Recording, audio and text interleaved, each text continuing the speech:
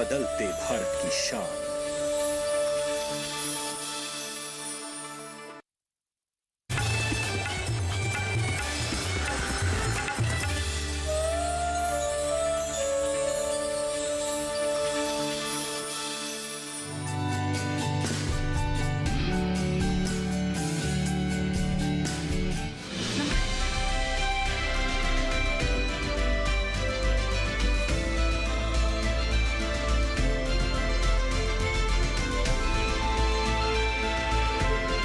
नमस्कार, आप देख रहे हैं दूरदर्शन किसान। कोविड-19 महामारी के खिलाफ लड़ाई में किसान उपयोगी जानकारी के साथ इस खास कार्यक्रम आत्मनिर्भर भारत में आपका स्वागत है। मैं हूं अंजू सिंह। आज देखते हैं क्या नया है आज के कार्यक्रम में। नशीली दवाओं के दुरुपयोग और अवैध तस्करी के खिलाफ अंतर्राष्ट्रीय दिवस पर प्रधानमंत्री का संदेश। अल्जीरिया को कृषि एवं प्रसंस्कृत खाद्य उत्पादों के निर्यात को बढ़ावा देने के लिए एपीडा की पहल। पानी और चारे की उपलब्धता के विकास पर लीडार सर्वेक्षण, 10 राज्यों में रिपोर्ट जारी। और 117 जिलों के 84 लाख घरों तक नल द्वारा जल कनेक्शन पहुंचाने में 4 गुना वृद्धि। और आइए अब खबरें देखते हैं विस्तार से। नशीली दवाओं के दुरुपयोग और अवैध तस्करी के खिलाफ अंतर्राष्ट्रीय दिवस पर प्रधानमंत्री ने संदेश दिया है। आइए देखते हैं क्या कहा उन्होंने। नशीली दवाओं के दुरुपयोग और अवैध तस्करी के खिलाफ अंतर्राष्ट्रीय दिवस के अवसर पर आज मैं उन सभी लोगों की सराहना करता हूं, जो हमारे समाज से नशीले पदार्थों के खतरे को मिटाने के लिए जमीनी स्तर पर कार्य कर रहे हैं। जीवन को बचाने के लिए किया गया ऐसा हर प्रयास महत्वपूर्ण है। अंततः नशा अपने साथ अंधकार, विनाश और तबाही लेकर आता है। आइए हम #ShareFactsOnDrugs के प्रति अपनी प्रतिबद्धता दोहराते हैं और नशीले पदार्थों से मुक्त भारत के अपने दृष्टिकोण को साकार करते हैं। याद रखें, व्यसन ना तो अच्छा होता है और ना ही ये शान की बात है।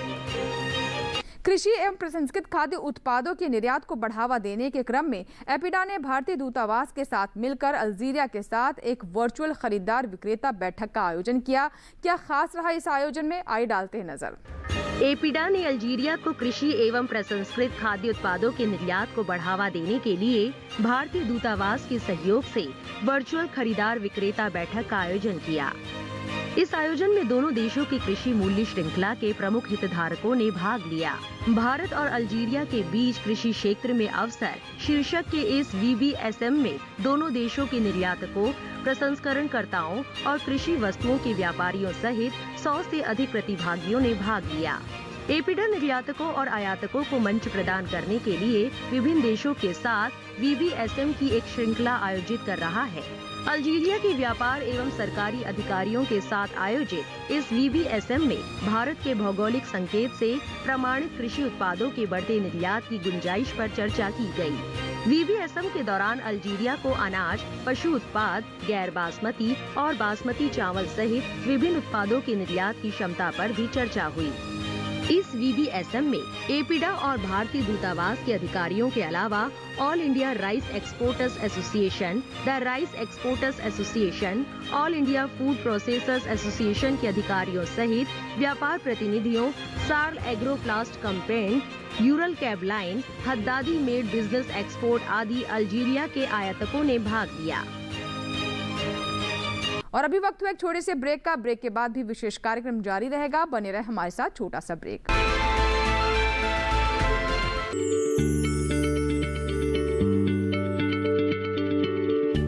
क्या आप किसी बीमारी से परेशान हैं? चाहते हैं डॉक्टर की सलाह? तो हम हैं आपके साथ। बताएंगे आपको जीने की राह। समस्याएं आपकी, समाधान देश के मशहूर विशेषज्ञों के। घर बैठे बात करें देश के जाने माने डॉक्टरों से। हमारे लाइव प्रोग्राम स्वस्थ किसान में हर शनिवार शाम 6 बजे से 7 बजे तक। खुशहाल होंगे खेत, पशु रहेंगे स्वस्थ, सरकारी स्कीम का होगा लाभ, जब एक्सपर्ट्स का मिलेगा साथ। आपके सवाल, विशेषज्ञों के जवाब, सिर्फ एक फोन कॉल की दूरी पर। देखिए किसानों का अपना प्रोग्राम हेलो किसान, सोमवार से शुक्रवार शाम 6 बजे से सिर्फ दूरदर्शन किसान पर। ब्रेक के बाद एक बार फिर आपका स्वागत है। आप देख रहे हैं हमारा खास कार्यक्रम आत्मनिर्भर भारत। पर्यावरण, वन एवं जलवायु परिवर्तन मंत्री श्री प्रकाश जावड़ेकर ने आभासी माध्यम से आयोजित एक कार्यक्रम को संबोधित किया, जिसमें पानी और चारे की उपलब्धता के विकास पर बात की गई। साथ ही 10 राज्यों में वन क्षेत्रों में लीडार सर्वेक्षण की विस्तृत परियोजना रिपोर्ट भी जारी की गई। आइए देखते इससे जुड़ी हमारी ये रिपोर्ट। पर्यावरण, वन एवं जलवायु परिवर्तन मंत्री श्री प्रकाश जावड़ेकर ने वर्चुअल कार्यक्रम में 10 राज्यों लीडार आधारित सर्वेक्षण की विस्तृत परियोजना रिपोर्ट जारी की। पानी और चारे की उपलब्धता को समृद्ध करने के लिए 10 राज्यों में वन क्षेत्रों के लीडार सर्वेक्षण की विस्तृत परियोजना रिपोर्ट जारी की गई। वर्चुअल कार्यक्रम में 10 राज्यों असम, बिहार, छत्तीसगढ़, गोवा, झारखंड, मध्य प्रदेश, महाराष्ट्र, मणिपुर, नागालैंड और त्रिपुरा में वन क्षेत्रों के लीडार आधारित सर्वेक्षण की विस्तृत परियोजना रिपोर्ट जारी की। ये परियोजना, जिसे भारत सरकार के जल शक्ति मंत्रालय के तहत वापकोस नाम के एक सार्वजनिक क्षेत्र के उपक्रम को सौंपी गई है, अपनी तरह का पहला और अनूठा प्रयोग है। इसमें लीडार तकनीक का उपयोग किया गया है, जो वन क्षेत्रों में पानी और चारे की उपलब्धता बढ़ाने में मदद करेगा। इस क्रम में मानव एवं पशुओं के बीच के संघर्ष को कम करेगा, भूजल को फिर से भरने में मदद करेगा और स्थानीय समुदायों की मदद करेगा। ये संरचनाएं बारिश के पानी को संरक्षित करने और उसकी धारा को बहने से रोकने में मदद करेंगी, जिससे भूजल को फिर से भरने में मदद मिलेगी। वापकोस ने लीडार तकनीक का उपयोग करके इन विस्तृत परियोजना रिपोर्टों को तैयार किया है, जिसमें 3D, DEM, इमेजरी और परियोजना क्षेत्रों की परतों का उपयोग एनीकट, गेबियन, गली प्लग, लघु अंतःस्त्रवण टंकी, खेतों की मेड़, धंसे हुए तालाब, खेती वाले तालाब आदि जैसी विभिन्न प्रकार की मिट्टी और जल संरक्षण संरचनाओं की सिफारिश करने के लिए किया जाता है। मृदा और जल संरक्षण की उपयुक्त एवं व्यावहारिक सूक्ष्म संरचनाओं के निर्माण के लिए स्थानों और संरचनाओं की पहचान करने के उद्देश्य से प्रत्येक राज्य में 10,000 हेक्टेयर के औसत क्षेत्रफल की भूमि का चयन किया गया है। इन परियोजनाओं से वन क्षेत्रों में पानी एवं चारे की उपलब्धता बढ़ाने और वनों की पुनर्जनन संबंधी दक्षता को समृद्ध करने में मदद मिलेगी। इस परियोजना को 26 राज्यों में कुल 2,61,897 हेक्टेयर से अधिक क्षेत्र में कार्यान्वित करने के लिए जुलाई 2020 में कुल 18 करोड़ 38 लाख रुपए की लागत से वापकोस को सौंपी गई थी। शेष 16 राज्यों की विस्तृत परियोजना रिपोर्ट भी शीघ्र ही जारी की जाएगी। आकांक्षी जिला कार्यक्रम के तहत किए गए ठोस प्रयासों से कम मानव विकास संकेतकों और बुनियादी सुविधाओं वाले दूरदराज के स्थानों में कई जिलों में तेजी से विकास देखने को मिला है। पिछले 22 महीनों में 117 आकांक्षी जिलों में घरों तक नल द्वारा जल कनेक्शन पहुंचाने में 4 गुना वृद्धि हुई है। देखते हैं इससे जुड़ी हमारी ये रिपोर्ट।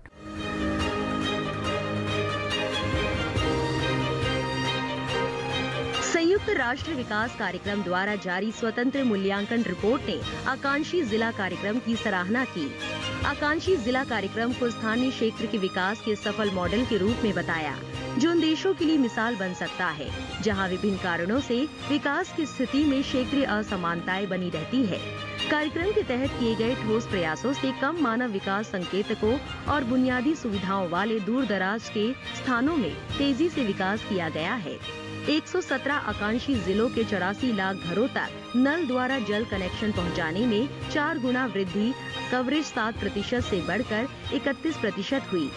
डीपी जिलों में नल के पानी की कवरेज में ये 24% की ये वृद्धि देश भर में हुई 22.72% की वृद्धि से ज्यादा है। आकांक्षी जिला कार्यक्रम को जनवरी 2018 में प्रधानमंत्री श्री नरेंद्र मोदी द्वारा शुरू किया गया था। उन 117 जिलों में रहने वाले नागरिकों के जीवन स्तर को सुधारने के लिए सरकार के प्रयास के एक भाग के रूप में इसकी शुरुआत हुई। प्रधानमंत्री के सबका साथ, सबका विकास, सबका विश्वास के सिद्धांत के साथ इस अभियान का आदर्श वाक्य है, कोई भी न छूटे। साथ ही इसके तहत लक्ष्य एक गांव के हर घर तक नल द्वारा पानी पहुंचाना है। और अभी वक्त हुआ एक छोटे से ब्रेक का, कहीं मत जाइएगा। ब्रेक के बाद भी हमारा ये विशेष कार्यक्रम आत्मनिर्भर भारत जारी रहेगा। बने रहे हमारे साथ। छोटा सा ब्रेक।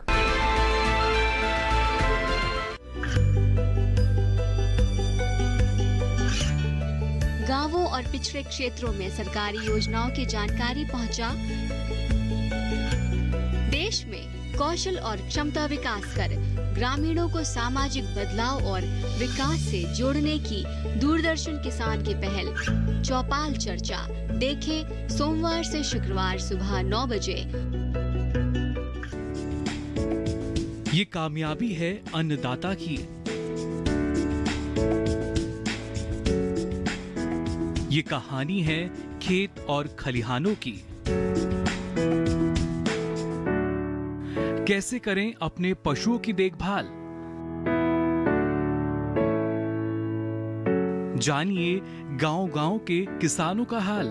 देखिए गांव किसान सोमवार से शुक्रवार दोपहर 12 बजे सिर्फ डीडी किसान पर। ब्रेक के बाद एक बार फिर आपका स्वागत है। आप देख रहे हैं हमारा विशेष कार्यक्रम आत्मनिर्भर भारत।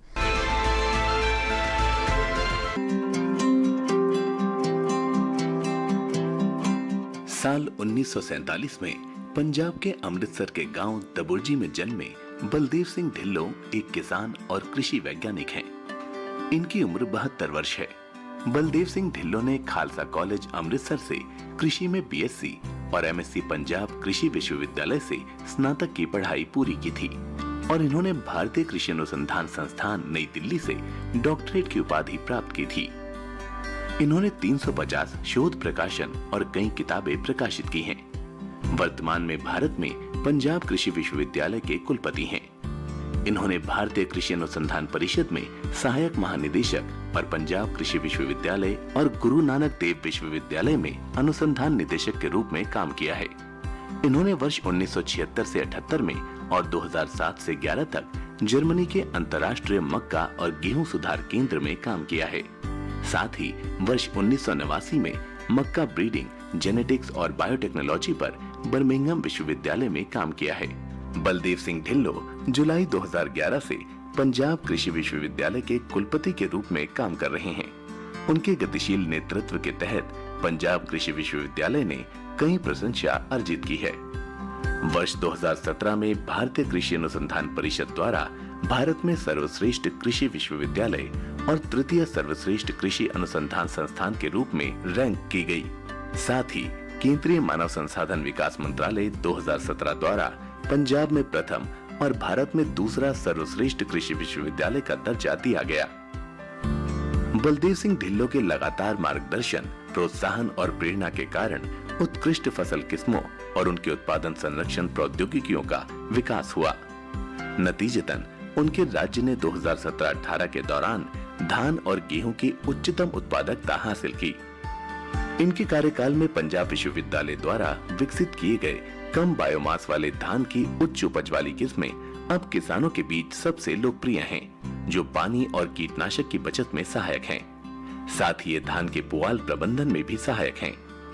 बलदेव सिंह ढिल्लों ने पोषण सुरक्षा, विविधीकरण और मूल्यवर्धन को बढ़ावा देने के लिए जैव उर्वरक गेहूं, बीटी कॉटन और कम बीज वाली किनोवा और वनस्पति संकर किस्मों के विकास में देश का नेतृत्व किया।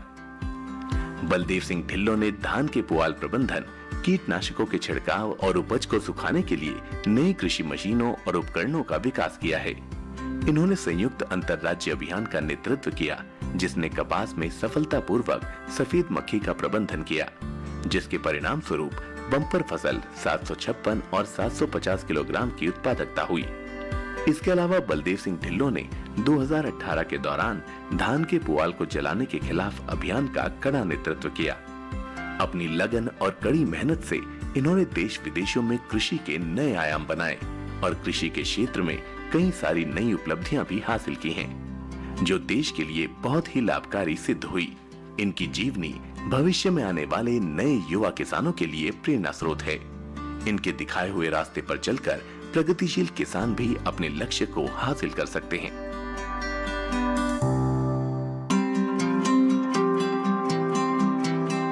एक तरफ देश जहां कोरोना की महामारी से जूझ रहा है, वहीं मानसून भी दस्तक दे चुका है। ऐसे में भारतीय कृषि अनुसंधान परिषद ने पशुपालन के लिए एडवाइजरी जारी की है। क्या इस एडवाइजरी में, आइए डालते हैं नजर।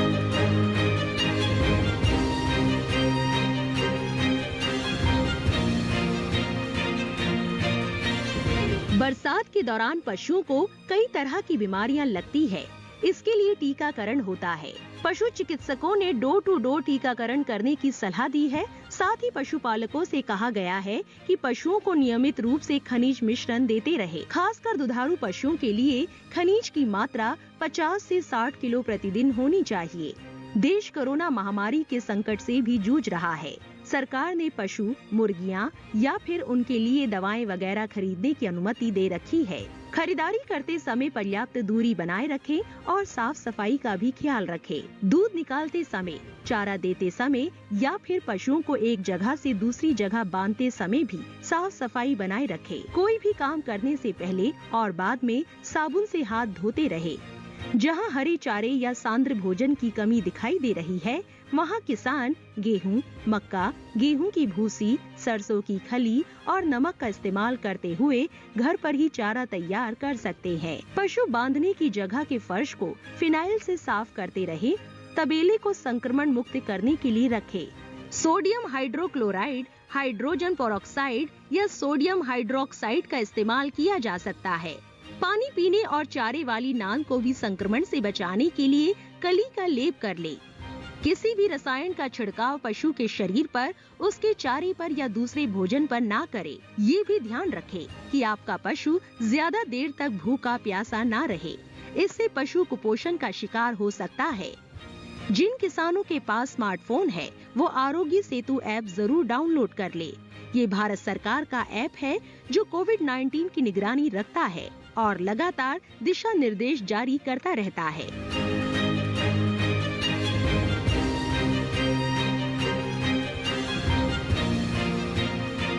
कोरोना महामारी जैसे संकट की घड़ी में भी किसान और खेतीहर मजदूर पसीना बहा रहे हैं ताकि हमारे घरों तक भोजन पहुंच सके। केंद्र और राज्य सरकारों ने भी समय पर सही कदम उठाए और ये सुनिश्चित किया कि कृषि कार्यों से संबंधित गतिविधियों में कोई व्यवधान ना पड़े। यही वजह है कि फसलों की बुआई कटाई सुनिश्चित की जा रही है। किसानों को कोरोना से बचाव में कौन कौन सी सावधानियां बरतनी चाहिए, इसको लेकर ICAR ने एक कोरोना एडवाइजरी जारी की है। आइए डालते हैं उस पर नजर।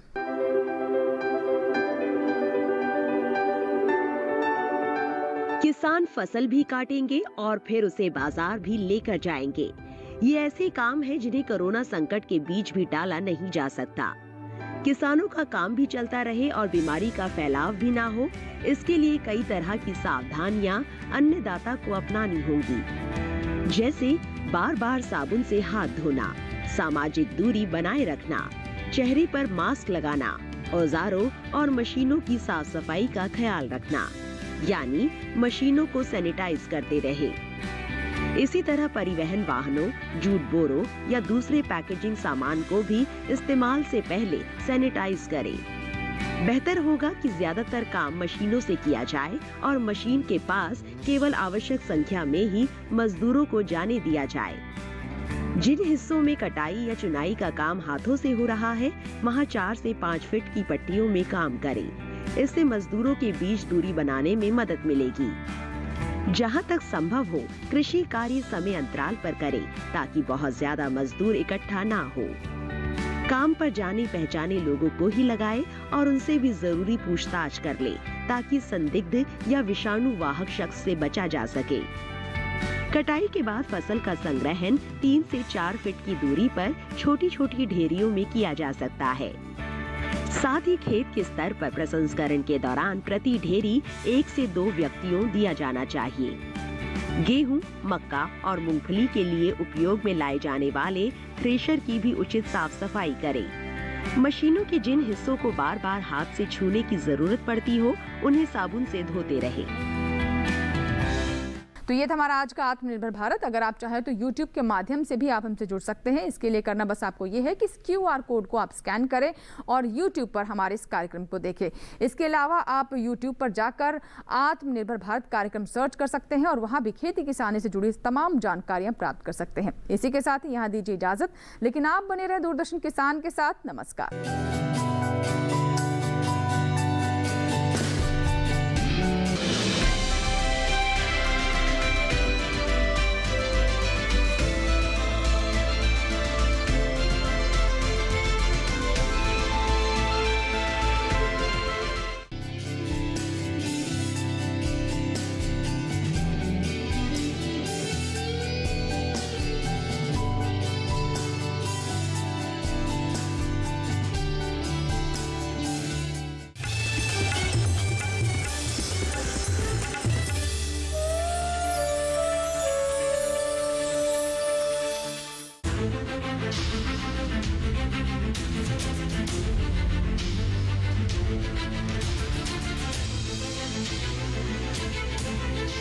मन की बात।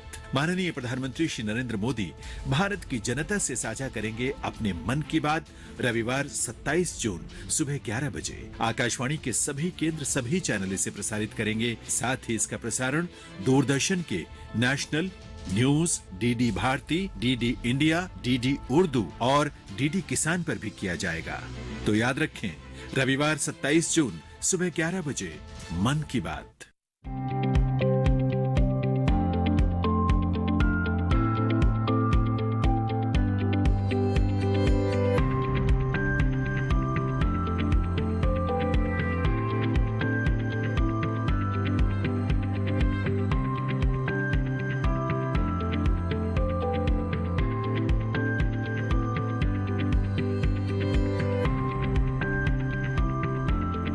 हो अगर पाना शिखर, कर तू शुरू अपना सफर। मंजिल पर रख बाज की नजर, चूक ना तू कोई भी कसर। हो नदी गहरी या हो लहरें बेमिसाल, हौसलों को बना लेता है नाविक अपनी पतवार। आए आंधी या आए लाख तूफान, ऊंची कर लेता है सारस अपनी उड़ान। आसानी से नहीं मिलती कोई मंजिल, कदम कदम पर संघर्ष करना पड़ता है। आसानी से नहीं बनता सपनों का घरौंदा, दिन का जोड़ना पड़ता है। करना है अगर मुट्ठी में ये जहां, भर लो तुम भी बात सी उड़ान। पहन लो हौसला नाविक सा, छू लो तुम भी आसमान। देखिए कार्यक्रम छू लो आसमान हर शनिवार रात 8 बजे सिर्फ दूरदर्शन किसान पर। वेलकम टू 100 करोड़ का कवि, जो दिलो दिमाग की बात कविताओं में करते हैं। मैं खाने के बाहर मिले किसी को कुछ सफ़े और कलम दवा, जरूर कोई हारा हुआ आशिक शायर बना होगा। मुझको उजलत कोई नहीं है, पर जब हमारी शादी हो चुकी है तो इस पे जोर क्यों नहीं है? आपके लिए किसी ने शेर कहा है, कितना शरीफ शख्स है पत्नी पे फिदा है, उस पे ये कमाल है कि अपनी पे फिदा है। जो बेजान शब्दों में रंग भरते हैं। बांस की बंसी खोखली सी है, क्यों प्रिय तुमको यह सहचरी है। ऐसे होंगे हमारे साहित्य के महारथी। आज भी जब भी ये पहली बारिश की पहली बूंद मेरे हथेली पर गिरती है ना, तो याद सबसे पहले तुम्हारी ही आती है। हम ढूंढ रहे हैं 100 करोड़ का कवि। देखिए हर रविवार रात 9 बजे डीडी किसान पर। हमारे देश के वो किसान जो आपने कभी नहीं देखे, हम दिखाएंगे उन किसानों को जो अपनी खेती के हीरो हैं, जिन्होंने शून्य से लेकर पद्मश्री सम्मान प्राप्त करने तक का सफर तय किया है, जिन्होंने अपनी खेती में नए नए तरीके अपनाए हैं, जो कभी 1 रुपया नहीं कमाते थे वो आज लाखों रुपए कमा रहे हैं। हम ऐसे सफल किसानों की कहानी दिखाएंगे जो आपके लिए जरूरी है। इनसे प्रेरणा लेकर आप भी खेती से कमा सकते हैं लाखों रुपए। तो देखिए उन किसानों के संघर्ष और सफलता की कहानी प्रगति की राह पर। देखना ना भूलें कार्यक्रम प्रगति की राह पर, हर मंगलवार दोपहर 4:30 बजे डीडी किसान चैनल पर।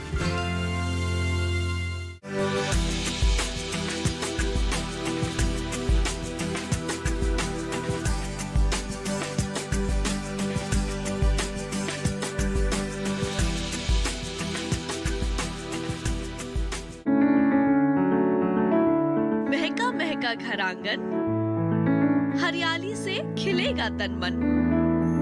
छत पर छोटी सी बगिया, जरूरत भी पूरी शौक भी पूरा। देखिए छत पर बागवानी शनिवार सुबह 9 बजे।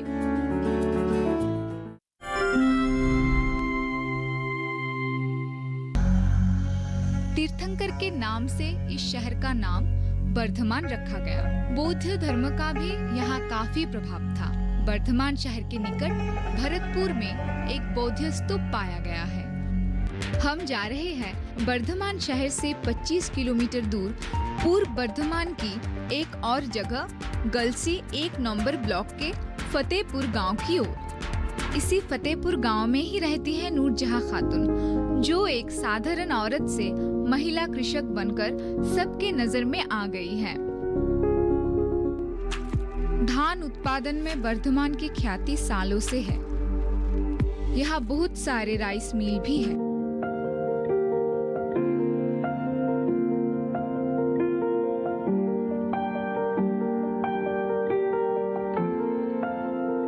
और इसी कारण के वजह से नूरजहां खातून ने खेतीबाड़ी के काम पर ही ध्यान दिया है।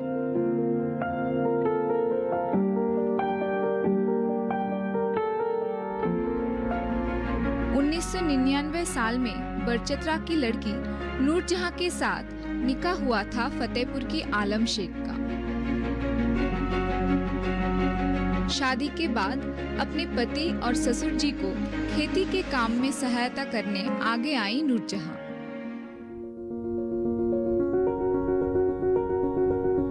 अपने लगभग 10 बीघा जमीन में आलू, धान, सरसों, चना, मसूर दाल और भी कई सब्जियों की खेती होती थी। आधुनिक तकनीकों से खेती करने की इच्छा के चलते नूरजहां प्रशिक्षण लेने लगी। नूरजहां साल भर कई फूलों की खेती भी करती है। स्थानीय बाजार में मौसमी फूलों के मांग के कारण उनको इस फूलों के खेती से अच्छा खासा लाभ होता है। दामोदर नद के किनारे अपनी तालाब में उन्होंने मछली की खेती भी की। मछली संरक्षण और बाजारों में भेजने के लिए नूरजहां को राष्ट्रीय कृषि विकास योजना के तहत ताप प्रतिरोधक यंत्र भी मिला है।